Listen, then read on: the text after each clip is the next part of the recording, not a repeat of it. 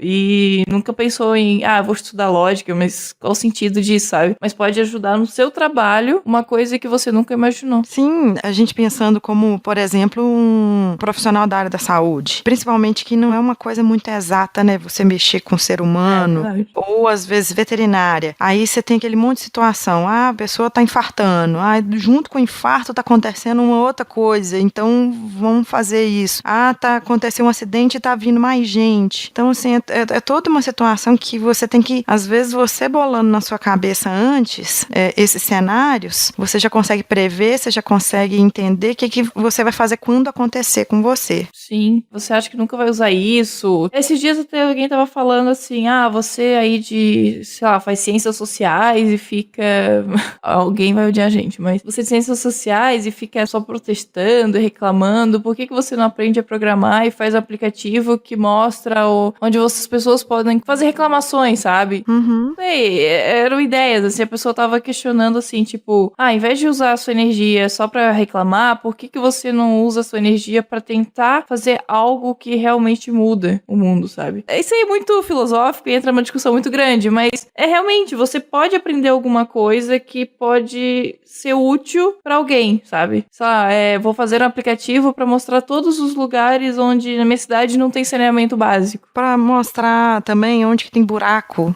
Uma coisa assim, sabe? Você tem muitas ideias, muitas coisas, ou até mesmo só pra você fazer controle das suas contas, sabe? Claro, que tem coisa que não tem por que você recriar do zero, né? Não tem por que recriar... Reinventar a roda, né? Que a gente fala na nossa área, né? Exato. Tem por que reinventar a roda, obviamente. Mas, não sei, nem que seja só pra você aprender, sabe? Você estudar. E você não precisa saber programação pra fazer alguma coisa. Basta que você tenha alguma ideia, você coloca ela no papel. Quanto mais detalhado você colocar no papel, mais posse você tem daquela situação e depois você contrata um programador, um desenvolvedor que ele vai executar pra você. Até eu li uma frase que era assim, existem 3 tipos de pessoas basicamente no mundo. Aquelas que não usam tecnologia por qualquer motivo, ou porque elas não têm acesso, ou porque elas simplesmente não querem.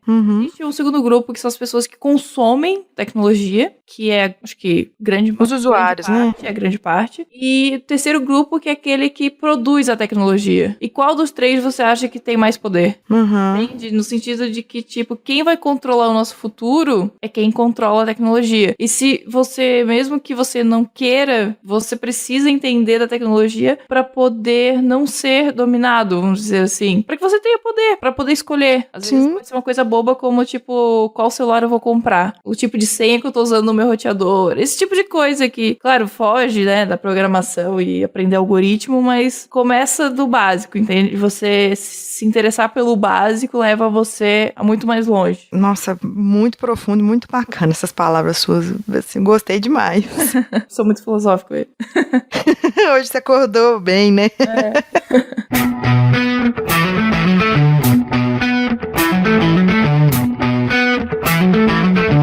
Dentro da lógica de programação para criança, eu achei uma outra coisa também. Tem um brinquedo, eu agora não tô lembrando exatamente a origem, eu vi um link numa revista, chama revistaescola.com.br. Ensinava lógica de programação com esse brinquedo. Ele chama Cubeto, ou Cubeto, não sei. É um cubo, esse cubo ele tem uma ligação sem fio com um quadro de instruções, e aí esses quadros de instruções, eles têm um monte de buraquinho. Ele é um brinquedo bem manual, né?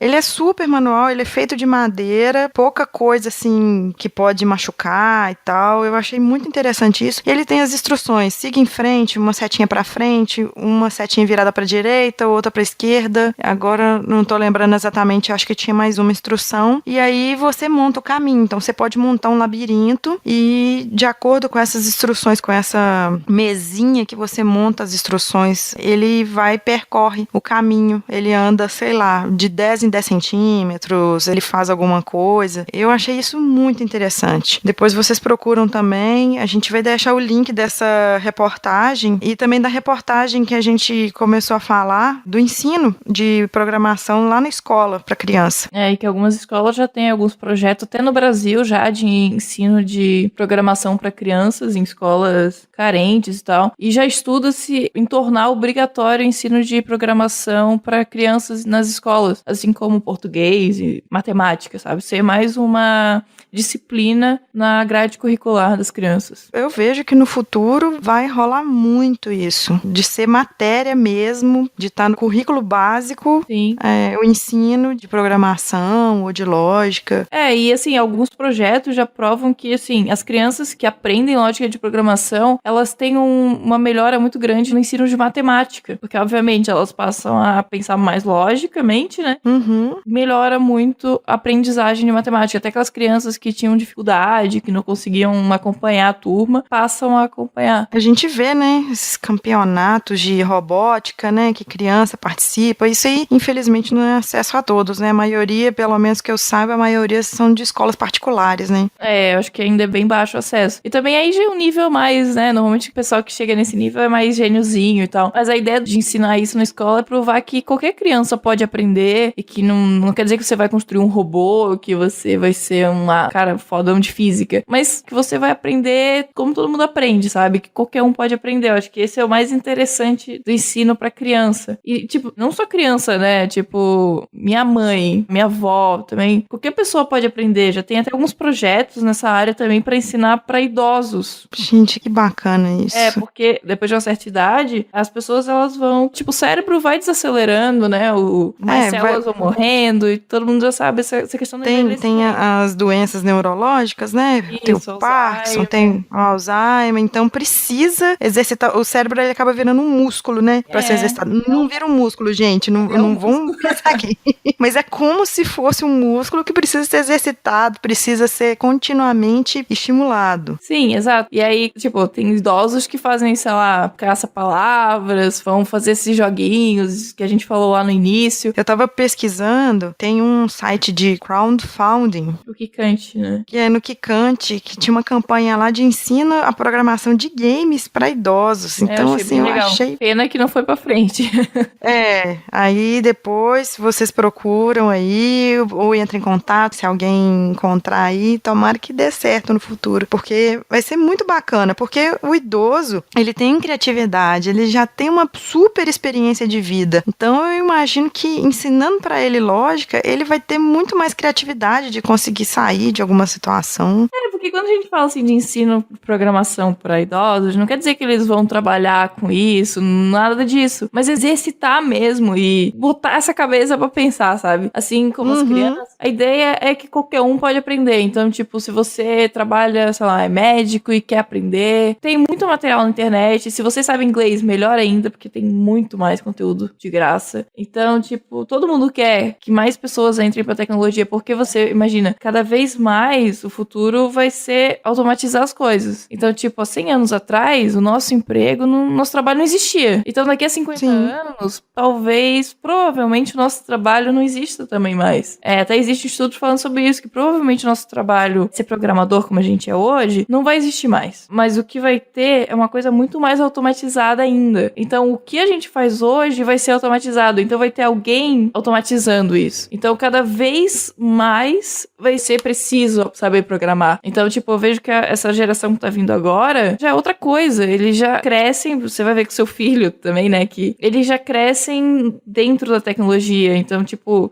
a gente foi ter acesso à tecnologia, tipo, na adolescência, na fase adulta. Eles vão ter desde bebê. Não, meu filho já me vê mexendo com o celular, ele já vem apontando o dedinho já, e do mesmo jeito que eu aponto o dedo. Para essas crianças, talvez o seu filho já vai ter programação na escola como a gente teve matemática, sabe? E eu espero que sim, siga pra esse caminho e cada vez mais a gente... Olha, na escola eu não sei, mas em casa vai. Filho de peixe, bichinho né? Tem que ser filho de 2 peixes ainda.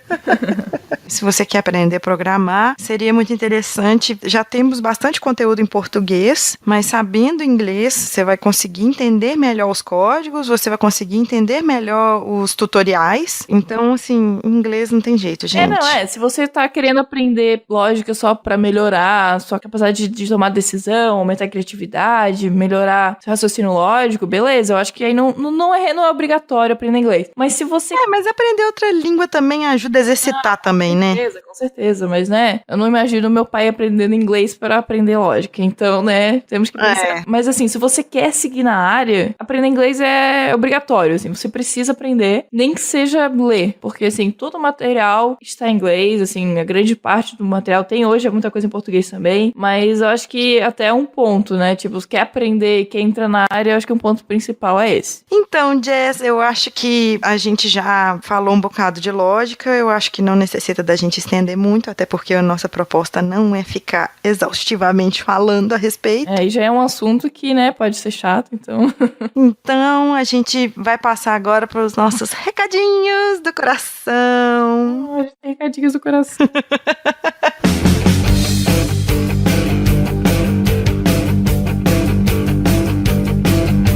Então, gente, falar pra vocês uma coisa. O primeiro episódio, como ele foi piloto, a gente primeiro gravou o episódio, depois que a gente foi ver todo o site, vinheta, como é que a gente ia fazer. Então, do mês passado pra cá, a gente teve várias coisas que aconteceram, né? Então, o nosso querido editor, o senhor Miroslav, o senhor Thiago Miro, nós chegamos a um consenso de que os nossos episódios serão mensais. Não chore. Que triste. Por favor, a gente vai fazer episódios mensais por enquanto, mas até todo mundo se adequar, eu, a Jess, o Miro, porque todo mundo também tem coisa pra fazer. Bastante coisa pra fazer. Nós temos bastante programa pra fazer. Muito programa. Minha agenda tá bem cheia. Sem piadinha infame agora. Agora não. Então, assim, gente, aguarde, assim, mais ou menos lá pro dia 10. Muito provavelmente vão sair todos os dias 10 de cada mês. Vocês estão ouvindo esse programa no dia 10, se tudo der certo. Sim, provavelmente hoje, dia 10, está sendo lançado o segundo episódio do Pode Programar. E provavelmente a gente vai ter um recesso ali, dezembro, janeiro, mas isso aí, quando chegar lá a gente vê e aí a gente fala. Isso aí. Jess, para as pessoas que querem encontrar a gente, onde encontra a gente? Então, nosso site é mundopodcast.com.br/podeprogramar. E o nosso e-mail? Nosso e-mail é podeprogramar@mundopodcast.com.br. E o nosso Facebook é facebook.com/podeprogramar. E nós estamos no Twitter e no Instagram, todos os dois é @podeprogramar. E também estamos no G+, é só procurar lá que você nos acha. Mas como ninguém usa, então não precisa procurar não. Ô dó! Que dó do Google+. Jess, você acredita que nós tivemos comentários no episódio anterior? Não acredito. Mentira, eu acredito sim, porque eu li vários deles e até respondi. Mas... Nós lemos vários. Lá no site a gente interage com as pessoas, é muito bacana. O lugar que a gente mais interage é lá no site, tá, gente? A Ana tá sempre lá, eu só às vezes. Eu tô sempre em todos os lugares, eu tô vigiando aqui pra ela. De vez em quando eu cutuco, vai lá, Jess, vai lá. Mas daqui a pouco isso acaba também, gente, não se empolga muito não. Daqui a pouco acaba. Daqui a pouco ela volta a trabalhar e aí acabou. Mas vamos ler os comentários do mês. Não, deixa eu ler esse. Deixa. Nós vamos ler só alguns comentários, porque nós fazemos parte dos comentadores, mas aqui não é os comentadores. Exato, então tivemos que escolher apenas aqueles que tocaram o nosso coraçãozinho. Ou que a gente sorteou. Mentira. A gente selecionou algumas aqui e a gente vai comentar, tá bom? Então eu vou falar agora do João Boaventura, aqui de Belo Horizonte. E ele falou assim, muito legal o episódio, adorei. O mais impressionante de todo o programa não foi a desenvoltura das apresentadoras, tampouco a excelente qualidade do áudio, obrigada. Também não foram as vozes gostosas de ouvir, obrigada. Ou o carinho que contaram suas histórias, não. O mais impressionante foi que durante todo o programa vocês não fizeram a piada da garota de programa nenhuma vez. Parabéns. Fiquei esperando o tempo todo a piada ruim e ela não veio. Ô, João, a gente não faz piada ruim igual você, João. Eu não faço piada infame. A gente já sofre com isso já o tempo inteiro. Qualquer lugar que a gente vai, sempre alguém fala com a gente, garota de programa. A gente não quer falar disso aqui. Gente, eu trabalho do lado de um bordel, então eu não posso fazer esse tipo de piada, entendeu? Bom, e a gente também teve um comentário de uma pessoa que foi muito importante para que o episódio saísse. No fundo, assim, coração batendo. Tum, tum, tum, tum. Que foi a Thaís Martim, que ela é a voz da nossa vinheta de abertura. Então, a gente quer deixar aqui nosso agradecimento pra ela. A Thaís Bratio lá dos Los Ticos. Isso, ouçam os Los Ticos. Então, e ela comentou que ela é analista de testes, formada em análise e desenvolvimento de sistemas, mas que quase nunca trabalhou com desenvolvimento. E acha fascinante, mas nunca achou que tinha o dom pra programar. Ô Thaís, agora talvez seja a hora, hein? E ela ainda quer aprender algumas outras coisas de programação que seriam ótimas no seu trabalho. Ela diz que ser mulher na área TI tem suas vantagens. Mesmo não sendo programadora, na área de testes ela tem que entrar em contato com muitos programadores e analistas. Enquanto os homens da equipe tentam entrar em contato com essas pessoas e não tem nenhum retorno, pra ela, eles sempre respondem até no mesmo instante. A equipe sempre diz que é porque ela é mulher. Talvez, Thaís, talvez. Não é bem assim. E que ela adorou o programa e de saber como entramos nesse mundo louco da programação. Obrigada, Thaís. E a gente fica bem feliz que você tenha gostado do programa e que a gente vai contar com a sua voz por muito tempo na nossa vinheta. Ou até você permitir também, né? Enquanto permitir, né? O outro comentário que a gente vai ler é do Ateliê Design. Cheguei aqui pelos Dragões de Garagem. Nossa, outro tum-tum, tum-tum. No último episódio do Dragões de Garagem, eles mencionaram a gente, então, assim, nosso agradecimento também. Cheguei aqui pelos Dragões de Garagem e já gostei. Gostei de ver que é possível programar e, melhor ainda, sendo autodidata. Boa sorte com o programa, meninas. Obrigada. Obrigadão. E obrigada aos Dragões de Garagem também pelo comentário. Então, muito obrigado por vocês terem nos prestigiado, terem nos ouvido e compartilha aí suas experiências ou a vontade sua de aprender lógica com a gente aí nos comentários. E quem quiser alguma dica, sugestão, qualquer coisa, entre em contato com a gente que a gente ajuda vocês aí. Sim, no que a gente puder, a gente ajuda. Até mês que vem. Beijo. Beijo. Tchau, tchau. Tchau. Tchau.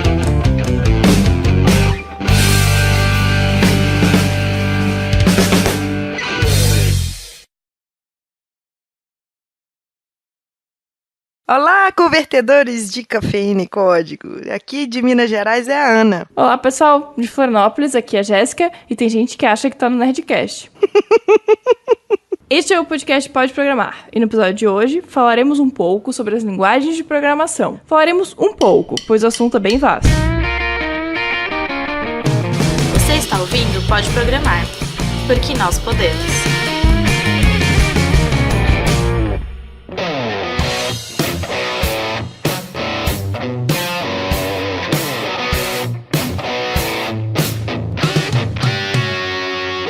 Hoje em dia, existem várias linguagens de programação e algumas delas são compreendidas diretamente pelo computador ou máquina, o que você preferir, e outras precisam ser traduzidas para a linguagem de máquina, e isso a gente vai explicar direitinho com calma. Então, as linguagens de programação elas podem ser divididas, classificadas em 3 tipos, considerando o nível de abstração. Seja, a primeiro nível é linguagem de máquina. A linguagem de máquina seria hardware, né? Depois temos a linguagem de baixo nível, ou assembly, e depois as linguagens de alto nível, que a gente entra nas linguagens que as pessoas mais conhecem. Assim, a linguagem de máquina é aquela linguagem crua. Ela é baseada em código binário. Sabe, binário, 0, 1 e tal. Um parêntese. O nosso sistema numérico é o decimal, que são 10 números, de 0 a 9. E o binário, de 0 a 1. Isso. Binário, 2 números. O que acontece? Esse 0 e 1, essa sequência de números, elas vão representar instruções que serão executadas pelo processador. É praticamente impossível de ser interpretado por humanos. Porque você fica 0 e 1 até que você consegue converter, até que você consegue entender, demora uma vida inteira, então não vai nessa, não. Não vai tentar esforçar muito, não. E assim, antigamente, na década de 50, por aí, as pessoas, vamos dizer que programavam linguagem de máquina. Mas era uma coisa bem arcaica, né? Hoje em dia, eu acho que ninguém mais programa em linguagem de máquina, talvez alguma coisa em eletrônica, mas já deve estar sendo usado alguma linguagem um pouquinho mais rebuscada do que realmente só zeros e 1. Não sei se tem alguma linguagem, acho que não, né? Não tem mais nada hoje em 0 e 1, diretamente. Não, acho que não. Acho que no máximo aquelas placas lá que tem os transistores, que seria você ficar ligando ou desligando alguma coisa coisa que seria o 0 e 1. Mas sim. acho que hoje não deve usar muito isso, não. E tinha a época do cartão perfurado, né? Sim, mas aí já entra na questão de baixo nível, linguagem de baixo nível, né? Sim, que são as linguagens assembly, né? Isso. E o que seria essas linguagens assembly? Então, a linguagem assembly, ela é muito próxima da linguagem de máquina, por isso que a gente chama de baixo nível. Então, tipo, ela facilita o entendimento do ser humano. Então, ela não é tão crua quanto uma linguagem de máquina, mas não é tão rebuscada como um Java. Então, ela fica naquele meio termo. Então, a gente chama ela de linguagem de baixo nível. E para o código ser entendido pelo hardware, é necessário que o mesmo seja convertido para uma linguagem de máquina. E essa tradução é feita por um programa chamado Assembler. Então, a linguagem se chama Assembly e o conversor seria o Assembler. E a grande vantagem de uma linguagem de baixo nível é a velocidade de execução, visto que ela é facilmente interpretada pela máquina, ou seja, a conversão é muito mais rápida, porque os comandos são mais próximos de uma linguagem de máquina. A desvantagem é que é mais difícil de entender, né, como você como programador, mais difícil de aprender, e a falta de portabilidade, porque você escreve o seu código para um processador. Então, quando a gente tá falando assim, a linguagem de máquina, a gente tá falando da linguagem que o processador entende, que seria 0 e 1. Quando a gente tá falando do assembly, a gente tá falando que eu tô programando ele vai ser convertido para 0 e 1, lá para a linguagem de máquina. Só que no caso do assembly, a linguagem que vamos dizer, o código que eu escrevo, ele só funciona para um processador. Eu não consigo depois passar ele para um outro processador. Então, isso aqui seriam mais para sistemas embarcados, coisas menores. Era muito usado o assembly nos primeiros sistemas, né? Quando aquelas máquinas gigantes que a gente vê em fotos, era usado o assembly. Aqueles computadores que fazem metade do processamento do seu celular que ocupava, assim, um prédio inteiro. Um prédio inteiro. A gente vai botar no post depois um exemplo de um código de máquina, um código de assembly, para quem não tem ideia do que é, para, né, entender, ter uma noção do código e poder comparar com os códigos atuais de linguagens de alto nível. Acho que seria interessante. Né? Um exemplo clássico, assim, que vai ver de filme, vai ser Matrix, que tem a linguagem de máquina que a gente vê lá uns símbolos, algumas coisas lá que a gente vê passando e tal. Tudo aquilo ali a gente pode considerar que seja linguagem de baixo nível, né? Uhum. E interpretado depois pelas máquinas, e as máquinas ficam louconas lá, porque elas rebelam das 3 leis da robótica. E aí, depois disso, então a gente vai falar da linguagem de alto nível. A linguagem de alto nível, ela já é uma linguagem que vai ser uma linguagem mais próxima do que o ser humano interpreta. E os programas que são tradutores dessas linguagens, eles são chamados de compiladores. Eles pegam, convertem os programas de alto nível em linguagem de máquina. Esse tipo de linguagem permite aos programas escrever instruções que se pareçam com o inglês, porque a maioria das linguagens de programação são desenvolvidas lá nos Estados Unidos, tem toda uma tecnologia lá que eles desenvolvem e contém umas notações matemáticas. Nessas linguagens vocês têm uma grafia muito próxima à linguagem humana, né? Você tem verbos, você tem substantivos, você tem comandos, né? Comandos escritos mesmo, palavras, que são muito mais fáceis de entender do que escrever. É porque assim,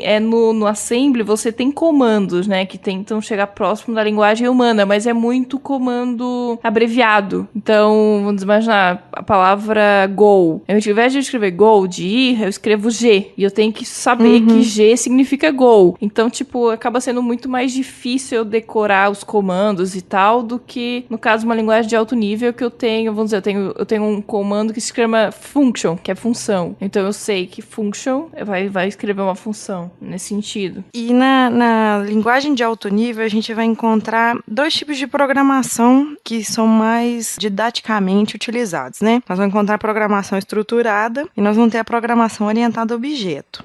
De SC que mexe mais aí com PHP e tal, eu acho que é mais fácil para você falar da linguagem estruturada. Eu vou deixar essa para você.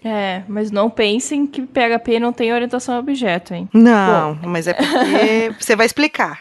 Sim. Então, é que assim, a linguagem estruturada, ela é composta por blocos de código, que são interligados por 3 mecanismos básicos. básicos, que são a sequência, a seleção e a iteração. Bom, vamos imaginar que eu tenho um código em que eu vou escrever sobre o meu personagem, vamos dizer que eu tenho um jogo, e que ele tem que atravessar uma rua. Voltamos ao exemplo de atravessar a rua. Então, a sequência seria o faça. Então, João, ande até o ponto tal, na calçada, e aguarde os carros pararem. Então, isso vai ser meu primeiro sequência de código. Você escreve, né, a sequência do que ele tem que fazer. E aí você tem a seleção, que seriam os ifs, os Cs, né? Então, se o carro parar, atravesse a rua. Se o carro não parar, ou seja, né, se não parar, fique onde você está. Então, você está dando um comando de seleção, vamos dizer assim. Uma outra forma de condição, um outro comando de seleção, seria o switch, em que você pode ter, para uma variável, você pode ter vários valores, e cada valor vai ter uma ação. Vamos dizer, você pode ter, se o carro for vermelho, acene. Se o carro for azul, fique de cabeça para baixo. Se o carro for verde, saia correndo. São coisas, tipo, cada linguagem vai ter, todas as linguagens de alto nível vão ter um comando, acredito, parecido com o switch, ou até com esse mesmo nome. Não sei se todas vai ter esse mesmo nome, não tenho certeza. Mas a ideia do switch ao invés de você fazer vários if, else, você faz um switch. Então, você pode ter vários resultados para o mesmo... Várias opções para a mesma variável. Porque fica feio, até na linguagem estruturada quanto na linguagem orientada a objeto, fica feio aquele blocão de código. If, até no final lá no else. E é difícil de ler também, e dependendo do caso, o código fica muito grande, fica feio. Então, é muito mais fácil de ler quando você trabalha com switch. Mas assim, isso aqui vale para qualquer linguagem. Aqui, no caso, se eu vou fazer um jogo, né, na linguagem estruturada para atravessar a rua, vamos imaginar que é um jogo de atravessar a rua, eu vou abrir uma página e vou escrever isso tudo. Como se eu escrevesse um texto, uma redação. Não tem muito tratamento, cuidado com o código no sentido de reaproveitamento de código. Você pode escrever várias vezes a mesma coisa. Né? Isso. Você tem muita repetição de código. Por último, né, depois da seleção, a gente tem a iteração, que seria o while, comando while, que seria no sentido de que, ou for também entraria aqui, que é no sentido de, enquanto o carro não parar, faça tal coisa. Enquanto não passarem, 10 carros, enquanto, não sei, cada carro, enquanto estiver passando o carro, faça tal coisa. Quando parar de passar carros, atravesse a rua. Você pode usar também o while nesse sentido. Então, basicamente, é isso. Na linguagem estruturada, você tem esses comandos, assim como na orientada a objeto, e você usa ele numa página só e vai escrevendo estruturado, ou seja, um bloco depois de outro bloco.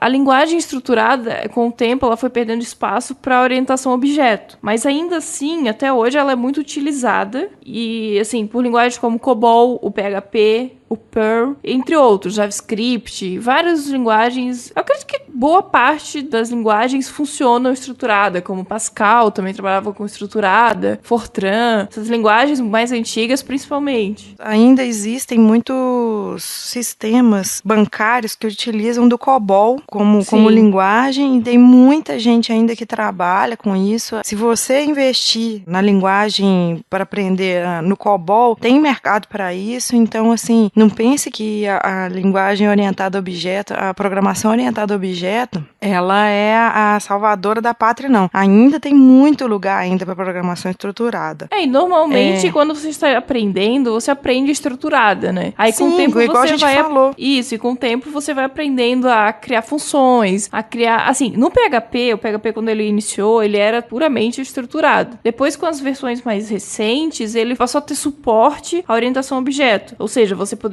começar, né, a criar classes e tal, que aí a Ana vai falar um pouco mais à frente. Aí tem os includes lá, né, no Exato. PHP. Mas os includes já tinha antes. Então, o que você fazia? Você escrevia uma parte do código numa outra página e depois você dava o include. Mas quando ele ia, vamos dizer, compilar, porque o PHP não é compilado, ele lia tudo junto, né?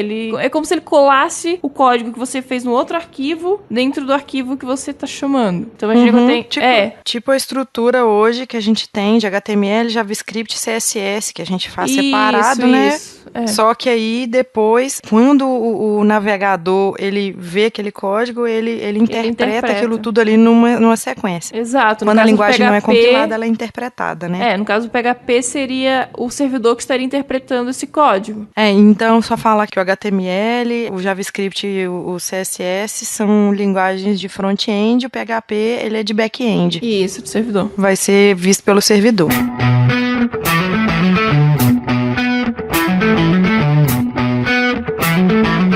Já a programação orientada a objeto, ela tem um modelo de análise que é feito, tem um projeto, porque tem um nível de abstração um pouco mais profundo que a linguagem estruturada. Quando você vai abstrair aquela modelagem que você está fazendo, você vai criar vários objetos. E os objetos, eles vão ter comportamentos, eles vão ter características, então a gente vai criar propriedades, métodos e outros componentes da programação orientada a objeto. Para isso, você vai ter, como a gente falou, dos pilares da programação orientada a objeto, abstração, encapsulamento, herança e polimorfismo. Se a gente for falar aqui, eu acho que dá um episódio inteiro só falando desses 4 pilares, se a gente quiser aprofundar na programação orientada a objeto. Só que assim, pode googlar, pode pesquisar, que tem muita coisa já que eu acho que vai ficar repetitivo e não tem nada a ver a gente ficar aqui explorando esse tanto de coisa aqui. Na programação orientada a objeto, nós vamos implementar, quando a gente fala de objeto, a gente tem uma forma desse objeto,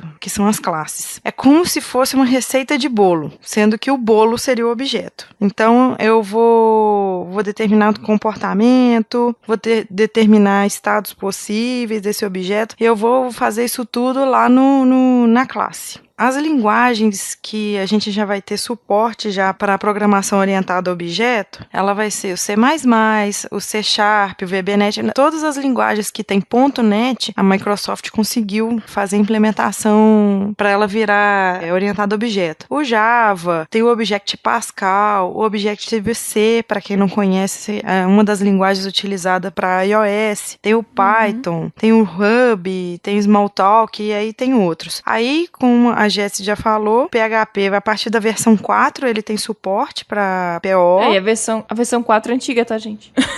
Tá na versão 7. Ainda tá um pouquinho antiga. O JavaScript hoje também tem suporte, porque a gente falou da interpretação que acontece. O Perl também, a partir da versão 5. O VB também, a partir da versão 4, só que o VB depois vai até VB6 e depois vira VB.NET. Não é que vira a versão .NET pro VB. Isso aí... VB, você diz Visual Basic, né? Quando eu falo VB, Visual Basic, que é mais que eu falei de PO, que é Programação Orientada a Objeto. Isso, PO. Um dos exemplos mais conhecidos de quando a gente fala de orientação a objeto é aqueles exemplos do carro, né? Que o carro é objeto, que aí ele tem os elementos, né? Que seriam a porta, que seria o farol. E aí tem as ações, que aí você falou da receita de bolo, né? Mas eu acho que um dos exemplos mais conhecidos é o do carro, assim, mais simples. A gente nem fala carro aqui, pelo menos todo lugar que fala veículo, né? Isso, pode ser um veículo. Que aí você pode depois ter as classes abstratas e tal. Isso, você vai fazer o polimorfismo, porque o veículo ali, ele pode ter rodas, mas pode ser uma moto, pode ser um carro, você pode acabar tendo motor, você pode fazer o treco virar um barco, então as classes derivadas vão herdar da classe base veículo e vão virar carro, vão virar moto, virar outros veículos de acordo com a sua classe base, e isso também tem os polimorfismos, e é isso. E assim, todos esses tipos de, né, os dois tipos, no caso, orientação a objeto ou estruturada, são utilizados no dia a dia e às vezes elas se misturam. Então, no caso do PHP isso acontece muito, assim, de você cria classes e cria funções, mas se você não desenvolve, assim, você não planeja muito bem, não faz uma análise muito bem feita do que, né, dessas classes e tal, você acaba trabalhando com estruturado objeto, com classes. Fica um Frankenstein, fica uma coisa muito louca, mas acontece muito e você vê muito no dia a dia, sabe? Eu já tive que, quando eu tava começando a trabalhar, né, que eu mais mexia com bug, com refatorar código, até era bom pra eu aprender, eu pegava direto e reta, eu olhava código, métodos que faziam as mesmas coisas, tinham os mesmos parâmetros e as pessoas repetiam. Tipo, o nome de função, Por falta né? de um estudo mesmo, do sistema em si. Vai lá e vai colocando código. E isso, quando não faz bem feito, a gente fala que não seguiu as boas práticas. Exatamente, como ter, tipo, nome de função. Se não tiver bem descrito, né, e você não entende o que ela faz, você acaba escrevendo uma nova função pra fazer a mesma ação. A mesma coisa. Mas daí a gente já vai entrar um pouco mais a fundo, eu acho, né? Tipo, se a gente começar a falar de função e de classes e boas práticas, eu acho que isso fica para um próximo episódio, né, Ana? Talvez a gente fala, dê sua opinião aí, se você acha que a gente deve falar mais sobre programação orientada a objeto, boas práticas. Dê sua opinião aí, que aí depois a gente vê o que a gente faz. No próximo episódio a gente pretende falar sobre as linguagens de programação em si e como você escolhe por onde começar a estudar, a gente tá planejando. Até o dia 10 do outro mês a gente vai ver o que a gente faz.